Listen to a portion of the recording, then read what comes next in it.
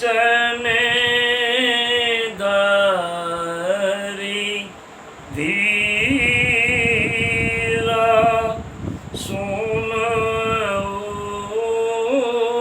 રામ ભંજને ભવ પીરા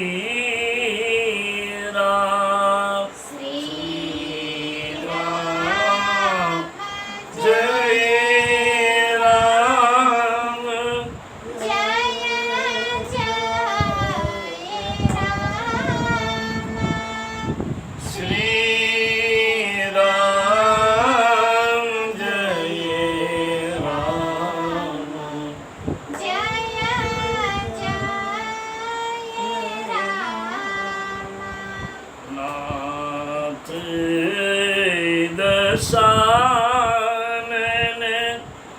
યરે ગતિ કિનહી તેઈ ખલ જનક સુતાની લીનહી શ્રી રામ જય રામ જય જય રામ શ્રી રામ જય રામ જય જય રામ કાગત રાખો તાતા શ્રી રામ જય રામ જય જય રામ રામ કનાતનું રાખવું તાતા શ્રી રામ જય રામ જય જય રામ સુખે મુસ્કાઈ કઈતે બાત જા કર નામ મરતે મુખયાવા શ્રી રામ જય રામ જય જય શ્રી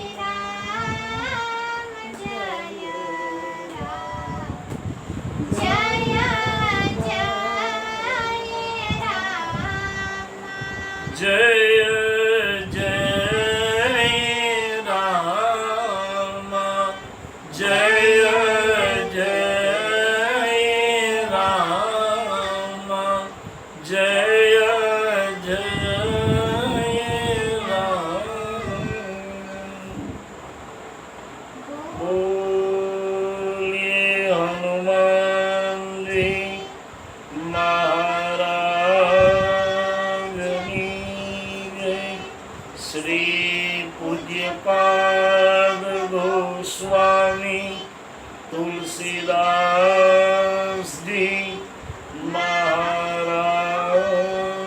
મહારાજની જય જય સીતારામ જય જય સીતારામ જય જય સીતારામ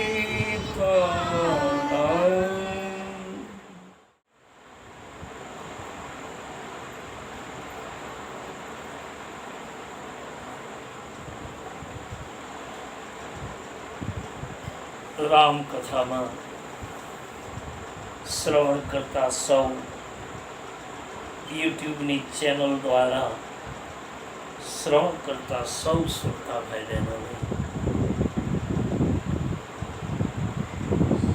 ઠાકોરજીની વ્યાસપીઠેથી આપ સૌને મારા પ્રણામ અને આપ સૌને મારા જય સિયારામ.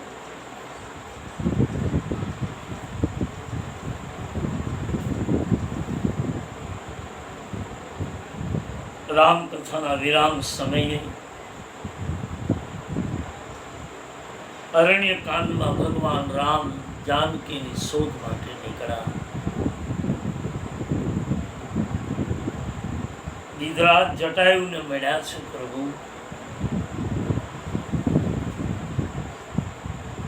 અને ગિધરાજ જટાયુને છેલ્લે ભગવાન એમ કહે છે કે ગિધરાજ, રામ કહા તન રાખવું તાતા. હે પિતાજી, હું કહું છું શરીરને રાખો.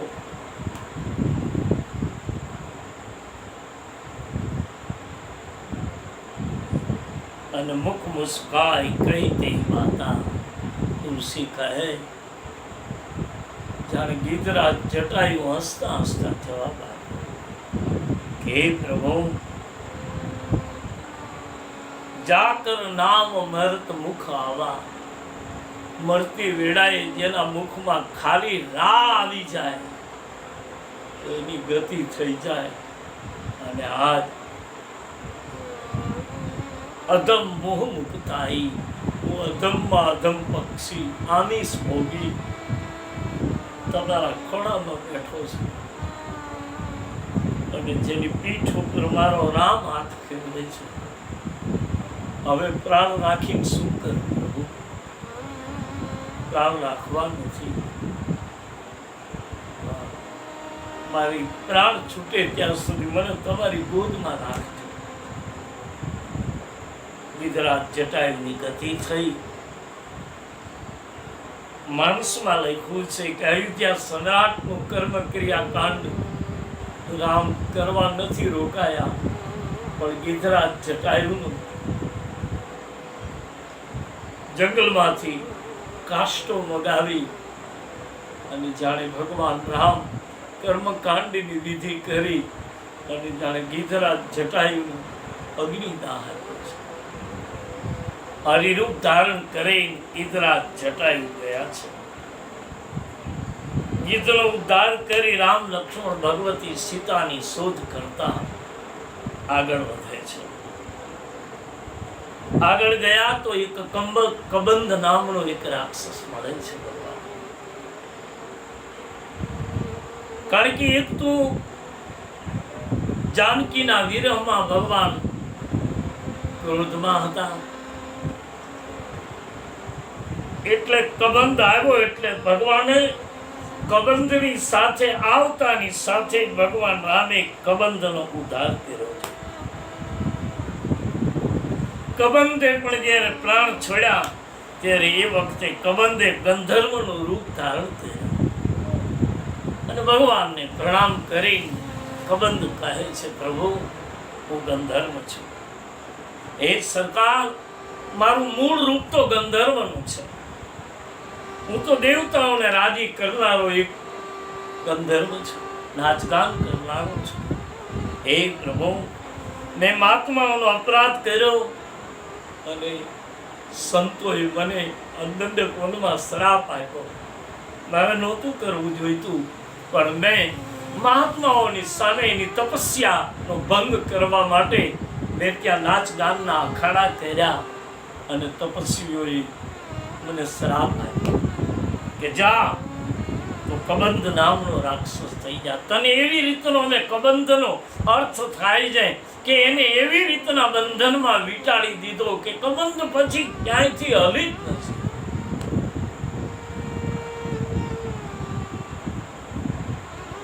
પ્રભુ પડ્યો છે. સંતોને પ્રણામ કર્યા, કહ્યું મારો ઉદ્ધાર બતાવો. હું કોઈ દિવસ આ જંગલમાં નહીં આવું, મને આમાંથી મુક્તિ બતાવો. ત્યારે સંતોએ કહ્યું તો કયા એક કબંધ પડ્યો રે, એક દિવસ રામ નીકળશે અને એના હાથે તારું ઉદ્ધાર થશે. એટલે તો કઈ માને બોલ્યા છે ભગવાન રામ કે હે મહા તે મને વનમાં ન મોકલો હોત તો કેટલા મારી રાહ જોઈ બેઠા. માં આ બધો તારો છે ઉપકાર. આવું બોલ્યા છે કવિ કાગે લખ્યું છે કે હે મારી આ બધો તારો છે ઉપકાર. ભગવાને કબંધનો ઉદ્ધાર કરીને માથા ઉપર હાથ મૂક્યો અને પછી કહ્યું છે કે હે કબંધ, બ્રાહ્મણ અને સંતોનો અપરાધ મને ગમતો નથી. હે બાપ, હવે કોઈ દિવસ આવો અપરાધ કરીશ નહીં. આમ કહીને આગળ ગયા અને પછી કહે છે તુલસીદાસજી કે દેવતાઓના પરમાત્માએ સાબિત કરી બતાવ્યું છે કે હે બાપ, ઈશ્વર ધારે તો શું નથી કરી શકતા. આની સ્પષ્ટતા કરી અને ભગવાન રામ ત્યાંથી આગળ ગયા અને માણસમાં લખ્યું છે બાપ કે હવે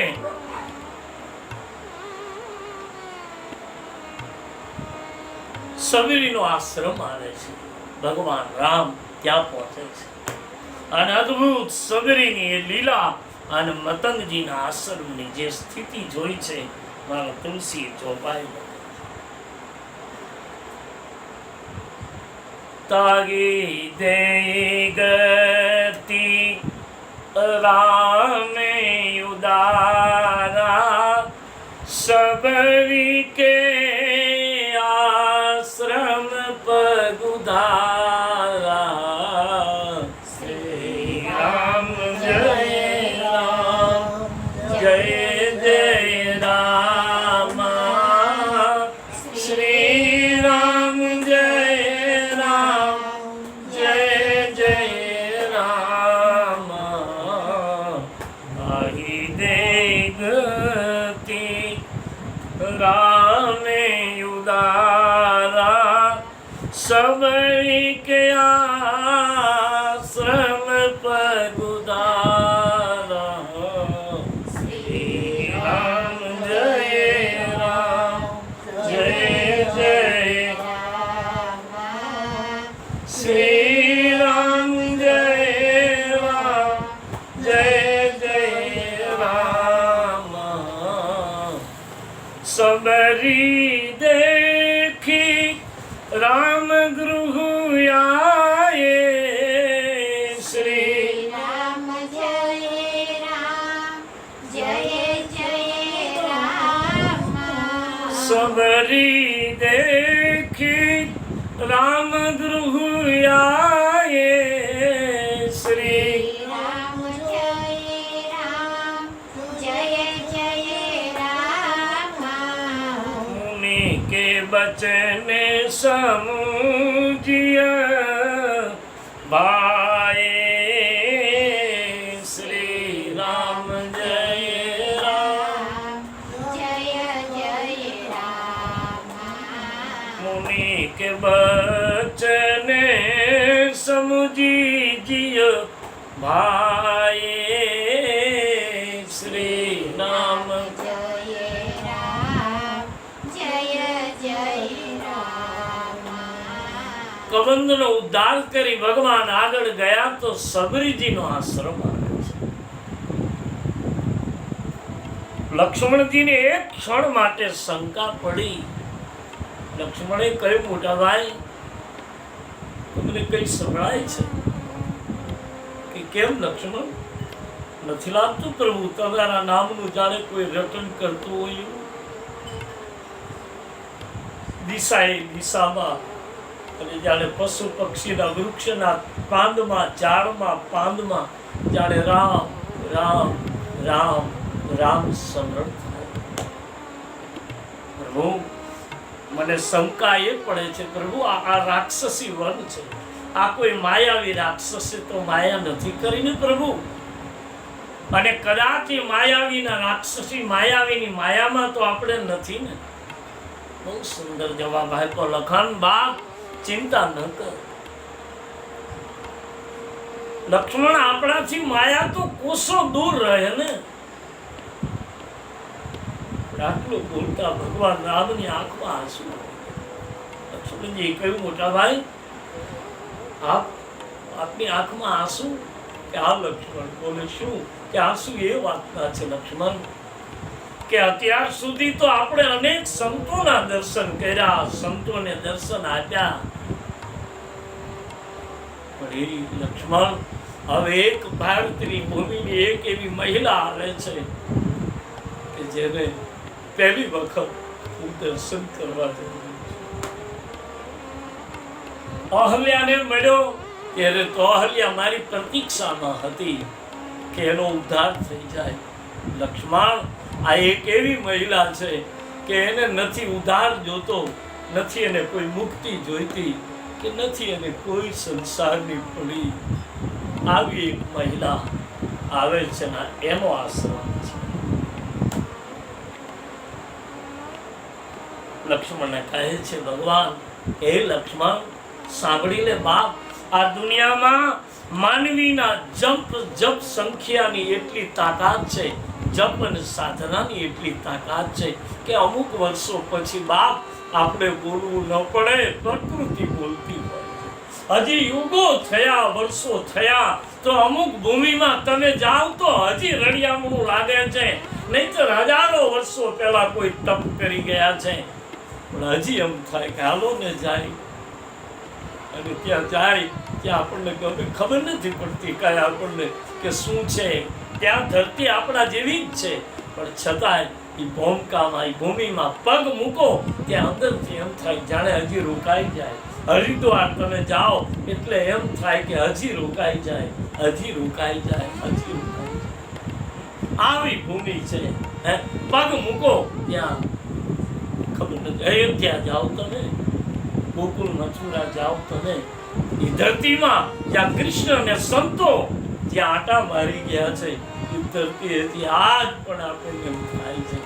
ત્યારે આપણને એમ થાય કે મને એક વખત પૂછવામાં આવ્યું હતું કથામાં, એક માણસે પૂછ્યું, બાપુ અયોધ્યામાં આજ કોઈ કહે છે અહીંયા મંદિર, કોઈ કહે અહીંયા મંદિર, કોઈ કહે અહીંયા મંદિર, અહીંયા મસ્જિદ હતી, અહીંયા મંદિર હતું. તો અયોધ્યામાં આ યુગ ત્રેતા યુગની વાત છે ને, રામા અવતારની. તો આ ત્રેતા યુગ પછી તો સતયુગ ગયો, ત્રેતા પછી સતયુગ આવ્યો, સતયુગ પછી આ કળિયુગ આવ્યો, આખા યુગ વીતી ગયા. તો હવે આ અયોધ્યામાં રામા અવતારની પરમ સત્ય વસ્તુ કઈ રહી હાજર? રામાયણમાં ક્યાંય છે એનો આધાર? તમે કથા વાંચો છો તો આટલું કહો. મને પૂછ્યું તું બાપ, મેં એને રામાયણના આધારે જવાબ આપ્યો હતો કે રામચરિત માનસમાં લખ્યું છે. એ આપને કહું બોલે શું કે રામચરિત માનસમાં લખ્યું છે કે રામ હતા તે દિવસે સરજુ મૈયા હતા, અને આજ ત્રેતા અને કળિયુગ આવી ગયો તો હજી સરજુ એમ ન છે. આ એનો પ્રમાણ કે અયોધ્યા સરજુને કિનારે હતી એ વાત પાકી. રામ હતા તે દિવસે હતી અયોધ્યામાં સરજુ મૈયા, આજે છે. આ એનું પ્રમાણ છે રામચરિત. કારણ કે અયોધ્યા કાંડમાં તુલસીદાસજી બાળકાંડમાં જ્યારે આરંભ કરે ને ત્યારે પહેલી વંદના અયોધ્યાની ધરતીની કરી, પછી અયોધ્યાની વંદના કરી, અને ત્રીજી વંદના કરી ત્યારે સરજુ મૈયાની વંદના કરી છે. અયોધ્યા તો તુલસી કહે કદાચ યુગ ફરતા બદલી જશે, પણ જે ઉત્તર દિશામાં જે વહી રહી છે, આખી અયોધ્યાને જે પરિક્રમા કરી રહી છે 84 કોષમાં સરજુ મૈયા. હું બાપુ હારે 84 કોષની મેં પરિક્રમા કરી છે. અમે બે જણા. બાપુએ કહ્યું બેટા એકવાર અયોધ્યાની 84 કોષની પરિક્રમા કરીએ. બાપુ હું નહીં ચાલી શકું. મને કે હું ચાલી શકું તું નહીં, મારી પાછળ આવ્યો.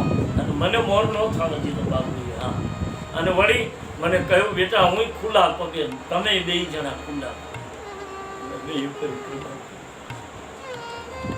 બાકી તો બાપુ ઉભા રહીને આંખમાં આંસુ પાડે અને એમ કહે બેટા આ ઘટના જે અહીંયા ઘટી છે અદ્ભુત. આખી પરિક્રમા પૂરી કરી અને પછી બાપુના આશ્રમની નજીક જ આપણે મારો પૂરો થયો. બાપુના આશ્રમની બાજુમાં આવ્યો. પછી બાપુએ દંડવત કર્યો. ધરતીમાં ખુલ્લા પગે ચાલો ને એવો આનંદ જેમાં હરી આ ધરતી મારે નો છે બેન.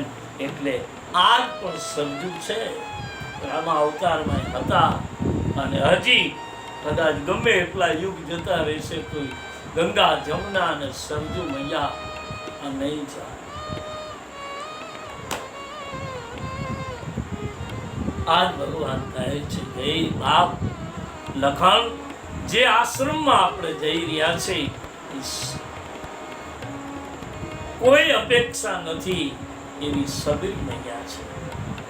અને રામચરિત માનસમાં વાંચો તો ખ્યાલ પડશે બાપ કે રામને સબરી જોયા પછી કૌશલ્યાજી યાદ આવે છે. એક આંસુ સાથે બોરા ખાતા હતા અને બોર ખાધું ત્યારે બોલ્યા છે ભગવાન રામ કે હે માં આજ જાણે મને એમ લાગે છે મારી માં કૌશલ્યા મને ફળ ખવડાવતી હોય. તુલસીદાસજી લખ્યું છે માનવીના જપ તપ અને તપસ્યાની સિદ્ધિ એવી છે કે અમુક વર્ષો પછી આપણે કંઈ કરવું ન પડે એના ભડકારો વાગતા હોય છે. ભગત ગુરા કુમારે કહ્યું હતું સમાજની વચ્ચે કહ્યું હતું ભગત ગુરા કુમારે 2-5 વર્ષના બાળકે એણે એમ કહ્યું હતું કે જે દિવસે માણસને પોતાના મનનો અવાજ સંભળાવા લાગે ને ત્યારે સમજી લેવું કે હરિનો પડકારો છે. પછી જેની તેની દાઢીમાં હાથ ન નાખવો બાપ. જેની અંદરથી અવાજ આવે પછી એને કાં તો જો તમને તમારું મનનું દર્પણ પવિત્ર નહીં હોય તો સમય આવતા આવતા પવિત્ર થાય છે એ વાત પણ ચોક્કસ છે.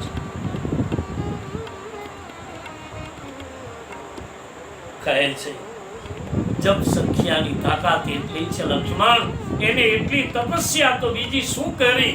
એક સબરી મૈયાની પાસે નહોતી પ્રાર્થના, નહોતી પૂજા, નહોતી કોઈ બીજો મંત્ર, એક જ વાત હતી એની પાસે પ્રતીક્ષા. રાહ જોવાની જે ધીરજ હતી એના વતન કહી ગયા હતા કે બેટા ઉત્તર દિશામાંથી આવશે. બોલે કોણ કે રામ આવશે. અને સબરી રોઈ પડી પ્રભુ ગુરુદેવ રામ કદાચ આવશે તો મેં જોયા નથી, હું એને કેમ ઓળખું. અહીંયા આવશે તોય હું નહીં ઓળખી શકું. પ્રભુ આપ રોકાઈ જાઓ. નહીં બેટા તારો સમય પૂરો થયો છે. મતંગજી કહે મારે જવું છે પણ સબરી ચોક્કસ તારી પાસે પણ હું નહીં ઓળખી શકું. ત્યારે બહુ સુંદર આશીર્વાદ આપી ગયો. મતંગે કહ્યું તું કે બેટા જા તારા આશ્રમમાં આજ પછી કોઈ પુરુષ નહીં આવે અને જેદી આવશે તેદી રામ જ આવશે. હવે તું ઓળખીશ ને બાપ. કેવડું મોટું રક્ષણ આપી દીધું. એક તો સબરીને રક્ષણ આપી દીધું કે હવે કોઈ પુરુષ નહીં આવે એટલે તને કોઈ ભય ન રહે. કારણ કે સબરી કહ્યું તું ને કે અજવાળી તો હું રાત કહેવાઉ બાપુ હું નારી છું આ જંગલમાં એકલી. તમે કલ્પના કરો જેથી લગ્ન થવાના હતા ને રાત દરબારમાંથી નીકળી તેદી પીઠે પથ્થર બાંધી નીકળી તેદી એને ભય નહોતો, એને બીક નહોતી. મારો તુલસી લખે અને જેથી બુઢાપો આવ્યો મતંગ જવાની તૈયારી કરી ત્યારે કહ્યું કે હવે મને ભય લાગે છે. અરે સબરી તારી જુવાનીમાં તું એક તારા રાજાના રાજ દરબારમાંથી નીકળી ગઈ પેટમાં પથ્થર બાંધી તેથી તને ભય ન લાગ્યો ને હવે બુઢાપામાં. ત્યારે કહ્યું તું બાપુ સદગુરુની છત્ર છાયા વહી જાય ને તો દેહ પણ મારો ગુરુ એક મંદિર છે. ગુરુ તો માયલો છે પણ છતાંય એક દેહ પણ મારા ગુરુનું શરીર પણ દેહ રૂપી એક મંદિર છે. મારું મંદિર પડી જાય તો મૂર્તિનું ઝાખપ તો થઈ જાય. ગુરુદેવ ગુરુ મારું મંદિર છે.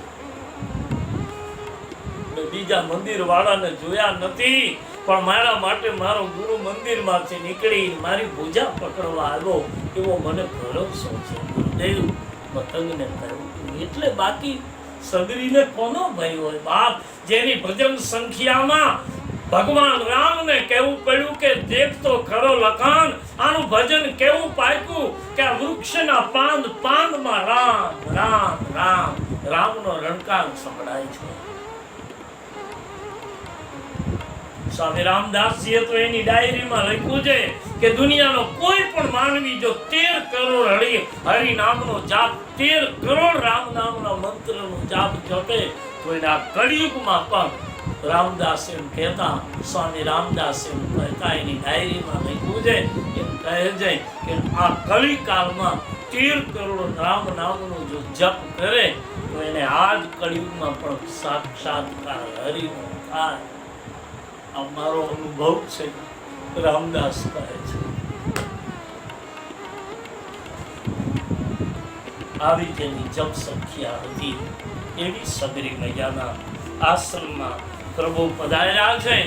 અને જ્યાં સબરીના આશ્રમમાં પ્રભુ આવ્યા તો માનસમાં લખ્યું છે કે સબરી જ્યાં આવ્યા ને તો સબરીને રામને જોયા પછી સબરી આવતા પહેલા તો ઘણું બધું સબરી વિચારે છે કે રામ આવશે તો હું આવી તૈયારી કરીશ, રામ આવશે તો આવી રીતે એનું સ્વાગત કરીશ, રામ આવશે તો હું એને આમ કરીશ. અનેક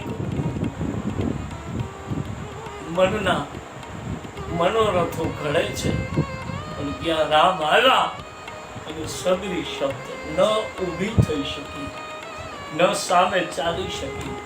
રામને જોયા બસ જે આસન ઉપર બેઠી હતી ત્યાં શબ્દ થઈ.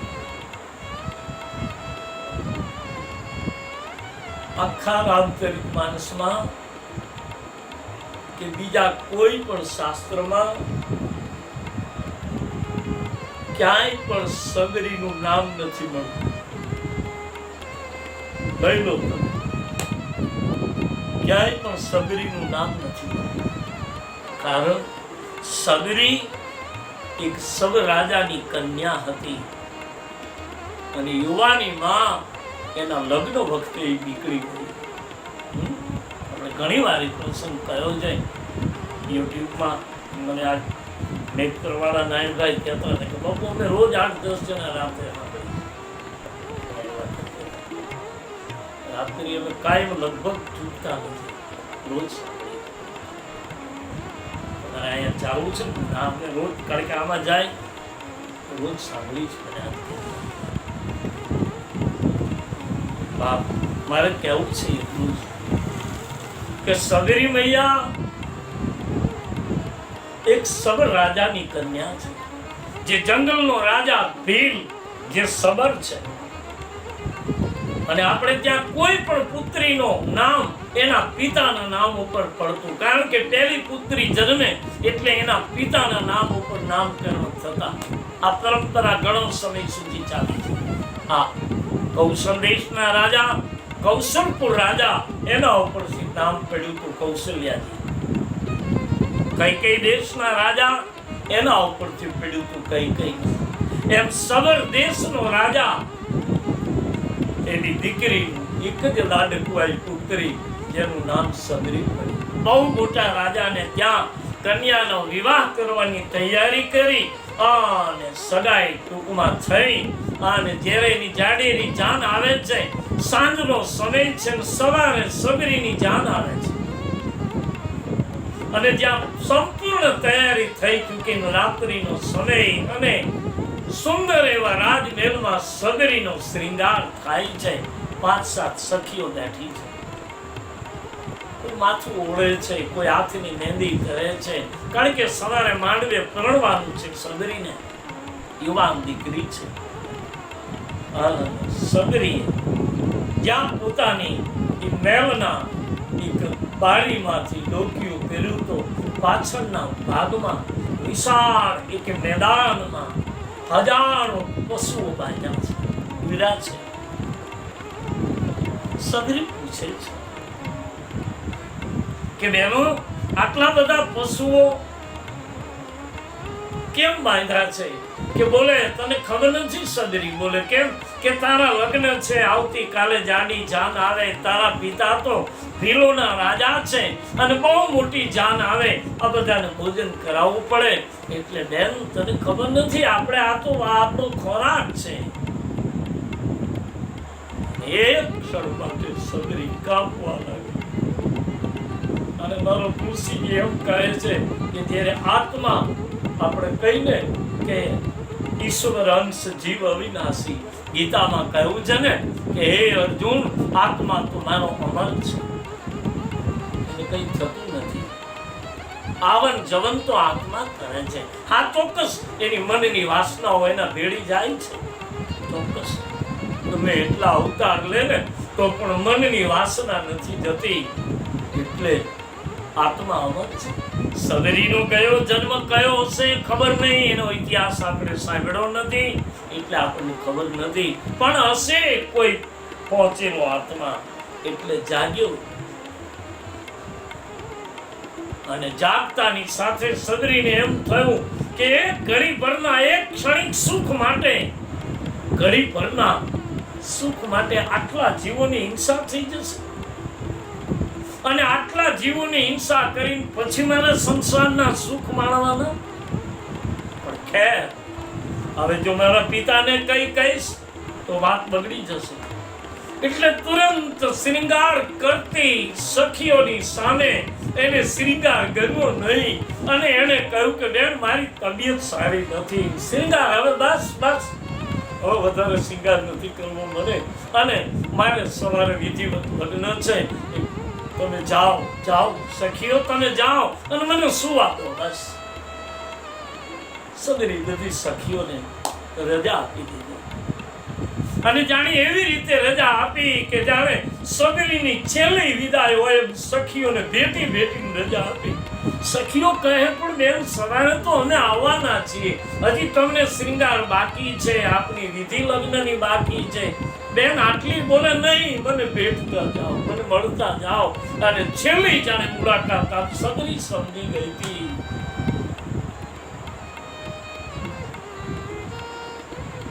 અને 5-7 સખીઓને ભેટીને વિદાય આપી અને બધી ગયા પછી સદરીએ વિચાર્યું કે શું કરું. નીકળી મધ્યરાત્રિનો સમય, અને યુવાન સદરી ત્યાં બહાર નીકળી, અને બહાર નીકળીને પહેલા તો જેમાં જે વંડાની અંદર જે પશુઓ પૂર્યા હતા એના વંડાનો દરવાજો ખોલી નાખ્યો, અને પશુઓ જે જંગલના હતા ખુલ્લે આમ છૂટા થઈ નીકળી જાતા આટલું કરતી ગઈ. અને જેમ પશુ દોડ્યા એમ એને પણ દોટ મૂકી કે હવે જે દિશામાં મને મારો હરી લઈ જાય એ દિશામાં જાઓ. પણ તમે કલ્પના કરો, જ્યારે પરમાત્મા કૃપા કરે છે ને ત્યારે સીધી સદરીએ દોટ મૂકીને મતંગ ઋષિના આશ્રમ, જુવાન સદરી મતંગના આશ્રમ નજીક આવીને એને એમ થયું કે અહીંયા કોઈ ભીલ આવી શકતા નથી, અને કદાચ મને મતંગ જોઈ જાય તો શ્રાપ આપે. એટલે ગાઢ જંગલમાં આવી બેઠમાં પથરા બાંધ્યા છે. ભીલનું શરીર, એને બીજી કોઈ ચિંતા નહોતી, પોતાના શરીરને. પણ જોકે એને કોઈ અડે એવી સ્થિતિ નહોતી, કારણ કે ગમે તેમ તોય આવી મતંગના આશ્રમની આજુબાજુમાં આવી વિચાર કર્યો કે હવે અમારા પિતા આવશે નહીં, અને આવી સીધા એક વિશાળ વૃક્ષો ઉપર ચડી ગઈ. ઘટા વૃક્ષો ઉપર ચડી 1 દિવસ 2 દિવસ 5 દિવસ આ બાજુ સવાર થયું, અને સબર રાજાને ખબર પડી કે મારી કન્યા નથી.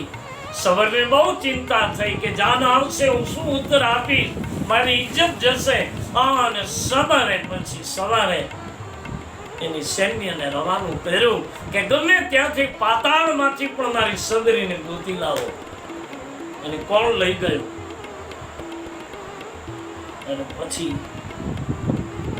2-5 દિવસ ગોતે છે, મળી નહીં.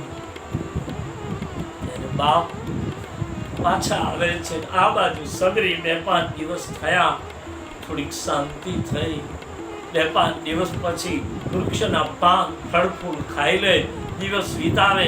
આમ કરતા સમય વીતવા લાગ્યો. એક દિવસ બાપ સારાના સંગમાં બેસો ને, એની આજુબાજુમાં બેસો ને. માનસમાં તો લખ્યું છે કે રામ કથાની અસર 5-5 કિલોમીટર સુધી થાય છે. 5 કિલોમીટર મારા તુલસી પ્રમાણ આપ્યું છે કાશીમાં.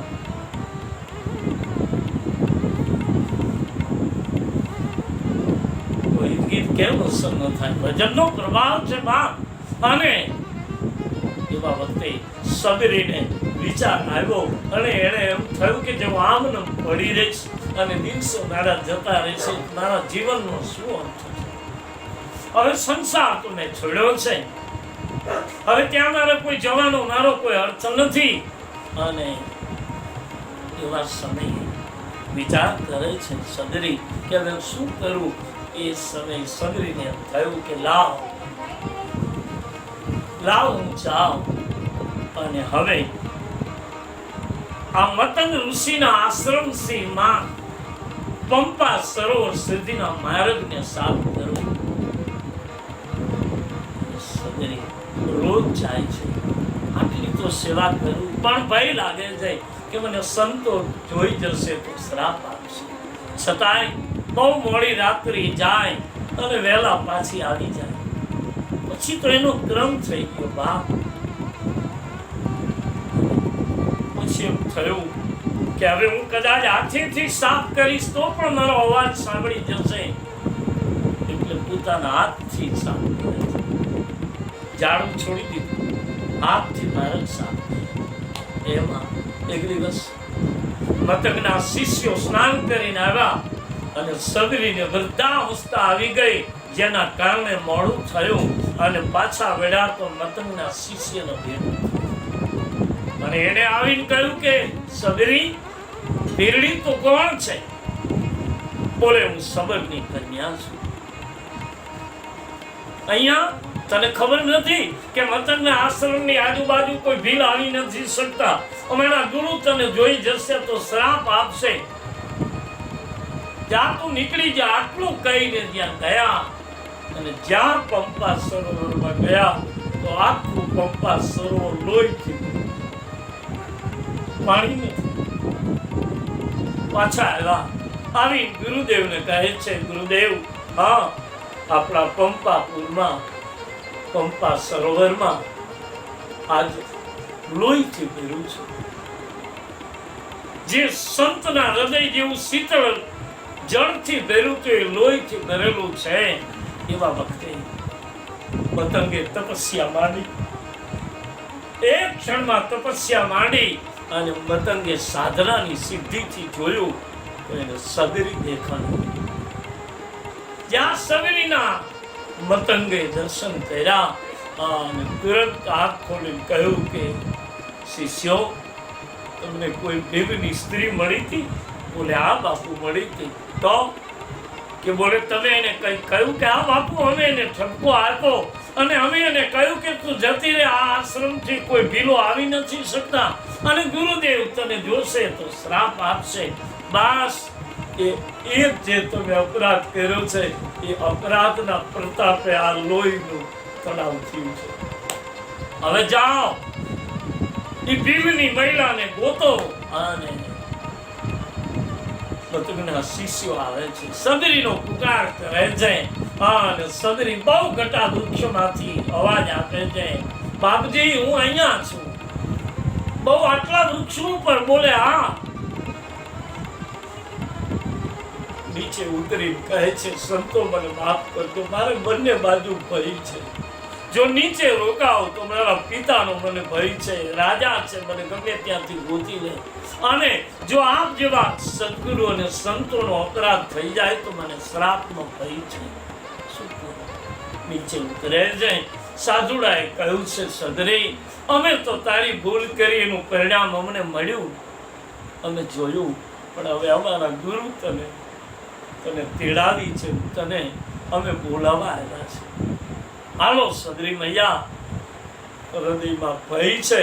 એને એમ થયું કે મતંગજી મને શું કહે છે.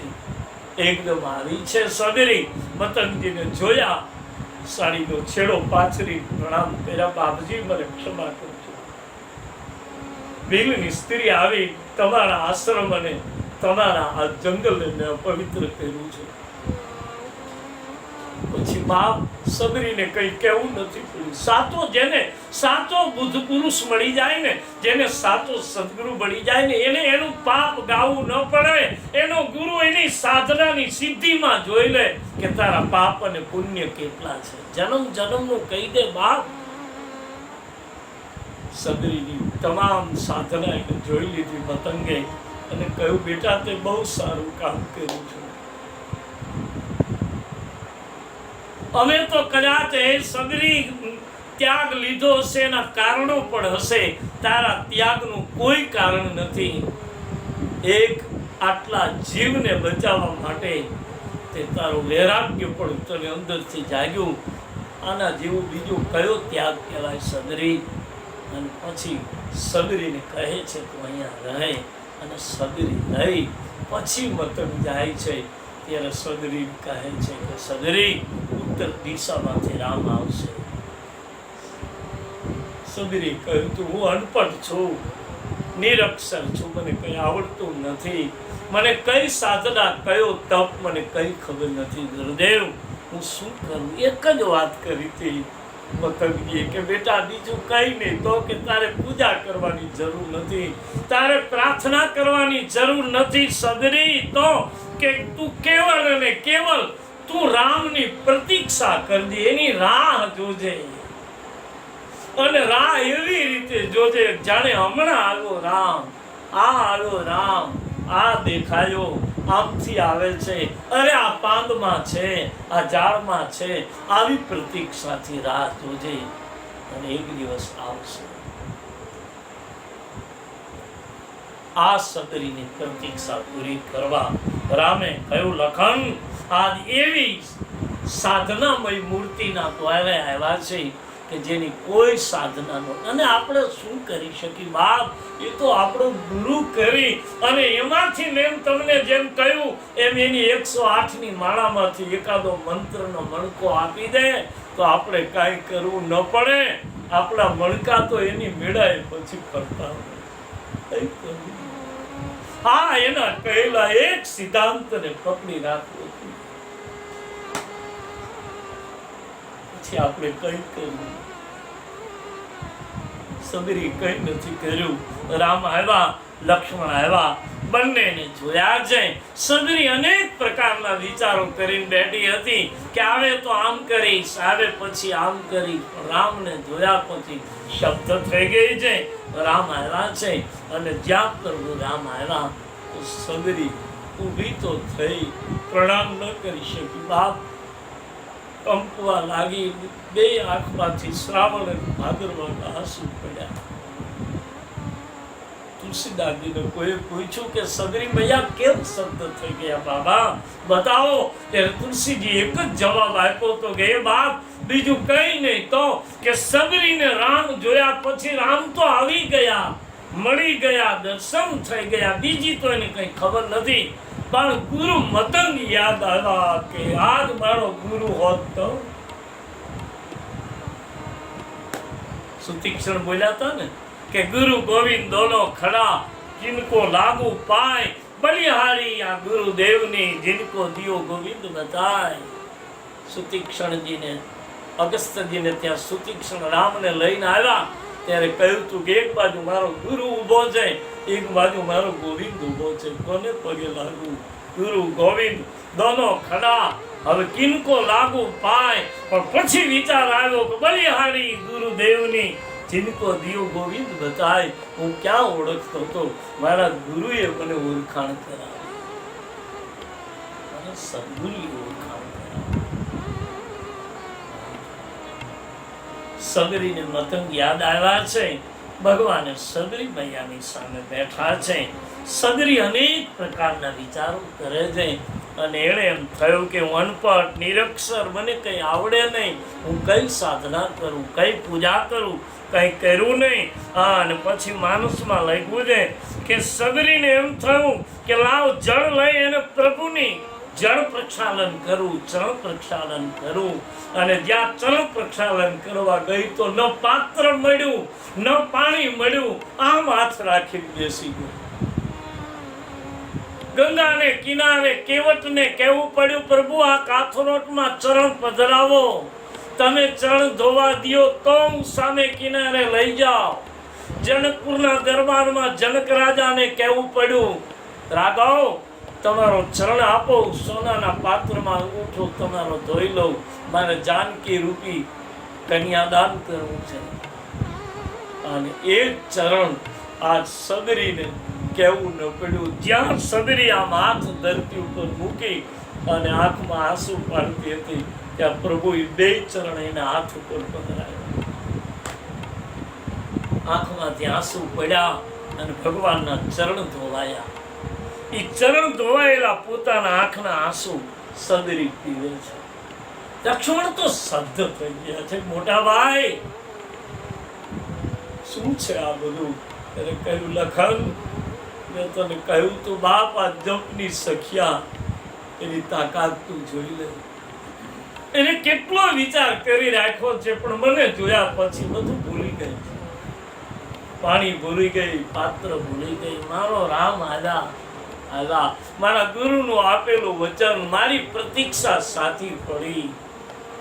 એના આનંદમાં પ્રેમ વિભોર બની જાય. અને લખાણ, આ આંસુ દુઃખના નથી, વેદનાના નથી. આ આંસુ એક આંખના આંસુ મારા પ્રેમના છે, અને બીજી આંખના આંસુ એના ગુરુની આપેલી શ્રદ્ધાના છે. અને એનેથી તારા ચરણ ધોવે છે. ચરણ ધોઈ ભગવાનને બેસાડ્યા છે. અને પછી ભગવાન રામને સબરી, માનસમાં ક્યાંય લખ્યું નથી બાપ કે સબરી એઠા બોધ ખવડાવ્યા નહીં. કંદમૂળ ફળ અર્પિત કર્યા. કંદમૂળ ફળ અર્પિત કર્યા. પણ કદાચ બાપ પ્રેમ શું ન કરી શકે? ખવડાવ્યા પણ હશે. આપણી શ્રદ્ધા છે, આપણી શ્રદ્ધા કેમ ના પાડે? એટલે કદાચ ખવડાવ્યા પણ હશે. પણ સબરી મતંગ જેવા ગુરુની શિષ્યા હેઠું નહીં ખવડાવ્યું હોય ને. ઘણા લોકો કહે છે આમ ચાખીને ખવડાવ્યું નહીં. સબરીએ ચાખીને બહુ નથી ખવડાવ્યું, હેઠું રામને ખવડાવે એવા ગુરુની શિષ્યા હતી. પણ જે બોર ખવડાવ્યા એને સંતો એમ કહે છે કે જે બોરડીના રોજ પોતે પણ બોર લાવીને ખાતી અને પછી પોતે બોર ખાધે, એમાં એક દિવસ બોરડીના બોર બહુ મીઠા એને લાગ્યા. અને એને એમ થયું કે આ જે હું બોર લાવી છું એટલા મીઠા અને સુંદર છે કે આ બોર કદાચ રામ આવે તેથી હું ખવડાવું તો. એટલે પોતાનો ખાધેલો બોરનું જે બીજ વધ્યું, એ વધ્યું બીજ પોતાના આશ્રમમાં વાવ્યું હતું. સહેજ છે ને કે તમે બોરડીનું બોર ખાવ તો ઠળિયો હેઠો થાય. એ ઠળિયો જે નીકળો, એ ઠળિયાને પછી એને વાવ્યો અને રામ આવ્યા ત્યારે એમાંથી બોરડી થઈ. અને એ બોરડીના જે બોર હતા એ ખવડાવ્યા. એટલે એવી રીતના હેઠા બોર, ચાખી નહીં. આમ જોવો તો હેઠું જ છે ને, ઠળિયો હેઠો થયેલો હતો પછી વાવ્યો છે, પણ એ વાવેલા ઠળિયામાંથી બોરડી એનું બોર ખવડાવ્યું. એટલે કદાચ હેઠા પણ કહી શકાય. ભાવમાં શું ન થાય, સબરી કદમું પણ ખવડાવ્યા છે. અને પછી હાથ જોડી એક જ વિનંતી કરે છે, પ્રભુ અનપઢ છું, નિરક્ષર છું, મને કઈ આવડા નહીં, હું કયા શબ્દોમાં તમારી સ્તુતિ કરું? પ્રભુ ભગવાને કહ્યું, સદરી મૈયા તમને સ્તુતિ નથી આવડતી. ગંગાને કિનારે કેવટે કહ્યું તો મહારાજ તમે કેટલું ભણ્યા છો? આ કેવટનો પ્રશ્ન હતો. લક્ષ્મણે કીધું તો મોટા ભાઈ આ ભણેલાને જ નૌકામાં બેસાડે છે, અભણને નહીં. ભગવાને કહ્યું અમારા ભણતરને નૌકાને શું લેવા દેવા છે? કે પ્રભુ તમે ભણ્યા હો ને? કે હા, તો મેં સાંભળ્યું છે કે અમારું તો કોઈ કર્મકાંડ કરવા કોઈ સાધુ કોઈ બ્રાહ્મણ આવતા નથી. તો એક કામ કરો, હું અને મારી પત્ની હાથમાં જળ લઈએ અને અમારા પિતૃનો ઉદ્ધાર કરો, પછી નૌકામાં બેસવા દો. એટલે પૂછું તું ભણ્યા છો ગુરુ પાસે? ભગવાને કીધું આ અલ્પકાળ સબ વિદ્યા પાઈ, અલ્પકાળમાં બધી વિદ્યા પ્રાપ્ત કરી. કે તો પછી કર્મકાંડે આવડતું હશે ને? કે હા, એ તો બોલો બે ભાઈ મંત્રો એટલે મારા પિતૃનો ઉદ્ધાર થાય.